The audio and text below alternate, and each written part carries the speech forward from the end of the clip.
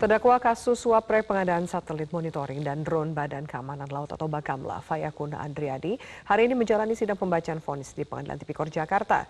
Informasi selengkapnya kita bergabung dengan Jane William langsung dari Pengadilan Tipikor. Jane, apa vonis yang dijatuhkan Majelis Hakim terhadap Fayakun, Jane?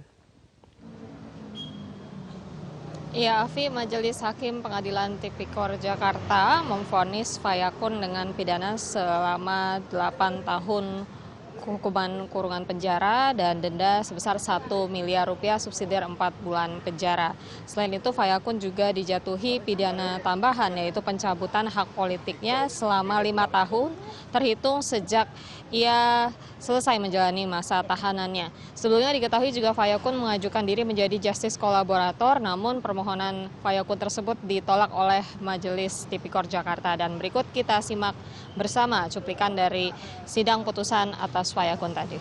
Menjatuhkan pidana terhadap terdakwa dengan pidana penjara selama 10 tahun dikurangi masa penahanan yang telah dijalani terdakwa dan perintah supaya terdakwa tetap berada dalam tahanan dan ditambah dengan pidana denda sebesar 1 miliar rupiah dan kebetulan apabila denda tidak dibayar maka dijatuhkan pidana kurungan selama 6 bulan kepada terdakwa berupa pencabutan hak dipilih dan jabatan publik selama 5 tahun yang dihitung sejak terdakwa selesai menjalani pidana pokok.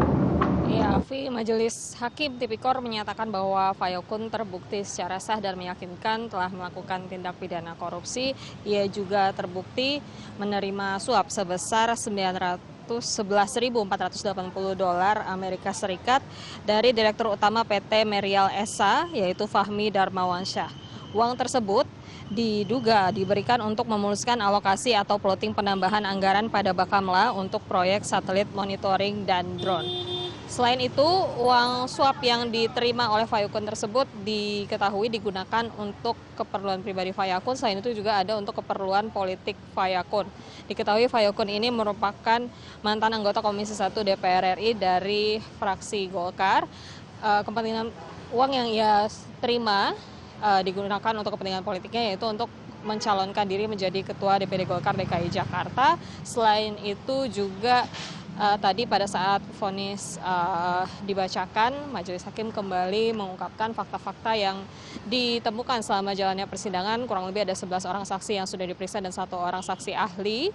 Selain itu juga berdasarkan pemeriksaan dari barang bukti yang berhasil diamankan, yaitu berupa surat, kemudian juga rekaman percakapan Fayakun dengan pihak-pihak yang terkait dalam kasus suap proyek Bakamla ini. Dan disinyalir juga ada aliran dana yang mengalir ke mantan ketua fraksi Golkar, yaitu Setia Novanto, yang diberikan melalui keponakannya Irvanto Hendra Pambudi. Afi. Ya, lalu bagaimana tanggapan Fayakun sendiri atas putusan ini? Apakah akan mengajukan banding? Iya, Afi, tadi Fayakun mengatakan bahwa dirinya ingin pikir-pikir terlebih dahulu apakah akan mengajukan banding atau tidak. Demikian juga dengan pihak kuasa hukum dari Fayakun juga mengatakan akan pikir-pikir terlebih dahulu.